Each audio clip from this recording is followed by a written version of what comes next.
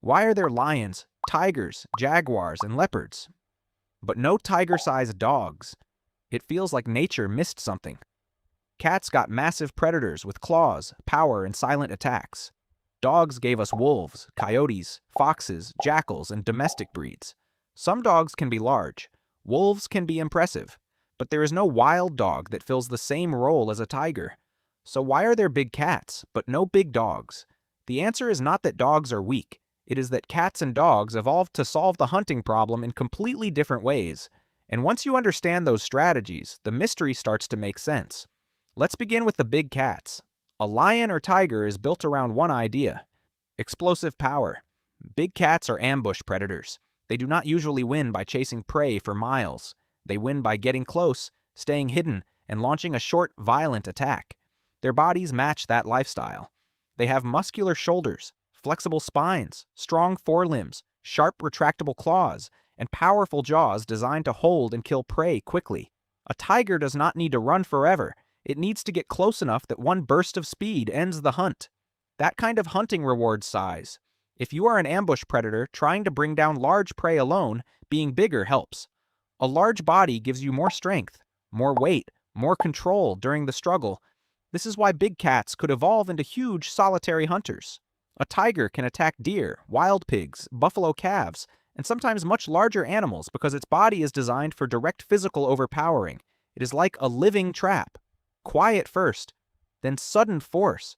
Now compare that to wild dogs and wolves.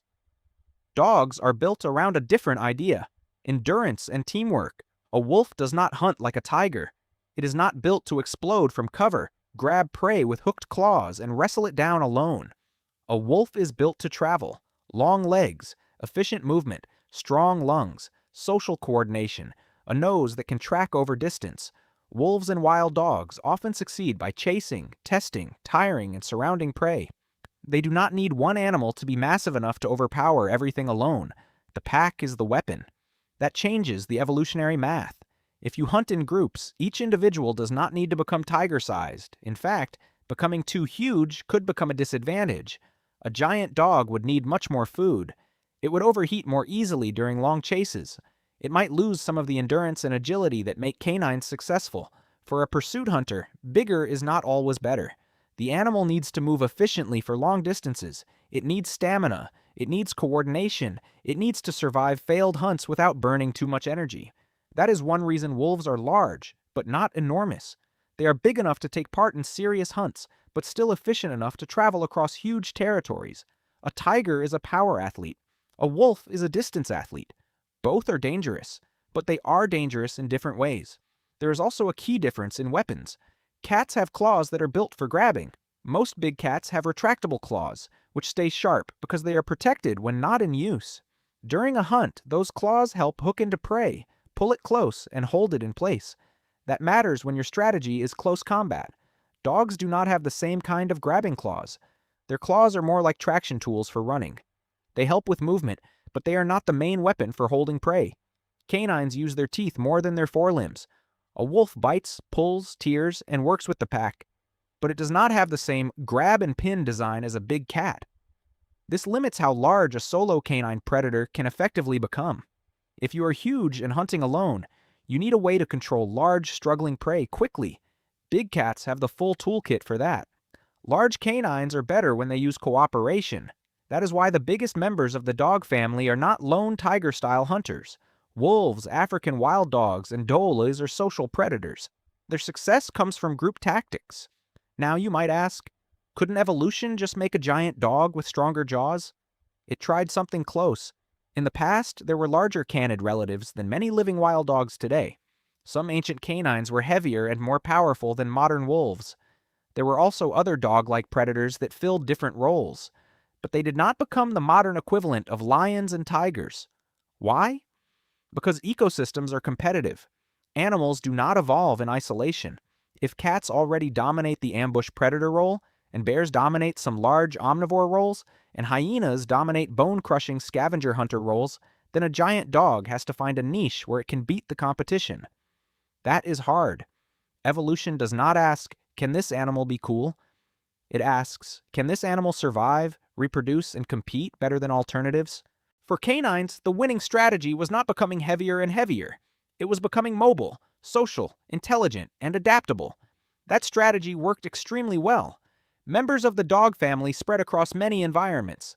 Wolves survived in forests, tundra, mountains, and plains. Foxes adapted to deserts, cities, and snow. Coyotes became famous for surviving almost anything. African wild dogs became some of the most coordinated hunters on Earth. They did not need to become tigers, they became something else. Another important factor is energy. A giant predator has a giant appetite. A tiger can be huge because it hunts large prey and spends a lot of time resting between bursts of effort. Its lifestyle allows for long periods of waiting, stalking, and conserving energy. A giant dog built for long-distance travel would face a tougher problem. Running is expensive. Pack living is expensive. Feeding a group is expensive. If each member of the pack became enormous, the group would need a huge amount of food. That could make survival harder, especially when prey is scarce. So natural selection often favors a balance. Big enough to hunt effectively. Not so big that the animal becomes too costly to maintain. For wolves, that balance is powerful but not tiger-sized. There's also the question of speed. Many people imagine that bigger predators are always better, but after a point, extra size can reduce speed, agility, heat control, and endurance. A predator must catch food, not just look intimidating. Big cats solve this with short, explosive attacks.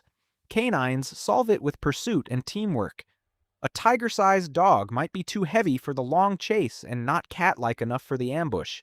It would be stuck between strategies, too big to run efficiently, not equipped to grapple like a cat, too hungry to survive on small prey, and facing competition from predators already specialized for large prey. That is not a great evolutionary position. Domestic dogs can confuse the picture. Some dog breeds are huge. Great Danes, Mastiffs, and other giant breeds can be taller or heavier than wolves. But domestic breeds are not wild evolutionary solutions in the same way. Humans created them through selective breeding. We provided food, shelter, medicine, and protection. A giant domestic dog does not need to chase elk for miles, compete with lions, or survive winter alone. In the wild, bodies are judged by survival costs. A giant pet dog can exist because humans pay the cost. A giant wild dog would have to pay it itself, and that is much harder. So why are there big cats but no big dogs? Because cats and dogs took different evolutionary roads. Cats became masters of stealth and sudden violence. Their bodies rewarded size, strength, claws, and solo control. Dogs became masters of movement and cooperation. Their bodies rewarded stamina, intelligence, communication, and efficiency. Big cats are built to end the hunt quickly. Wild dogs are built to keep the hunt going.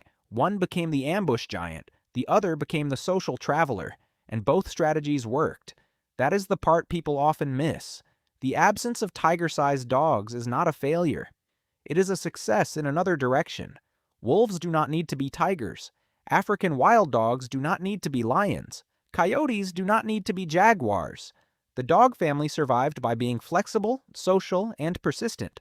Nature did not make big dogs because dogs found a different way to win. So the next time you see a lion resting in the sun, or a wolf moving through snow, remember this: size is only one kind of power. A tiger rules through force in a single moment. A wolf rules through endurance, intelligence, and the strength of the pack. And in evolution, the biggest animal is not always the best design. Sometimes the smartest move is not to become a giant. Sometimes it is to keep running.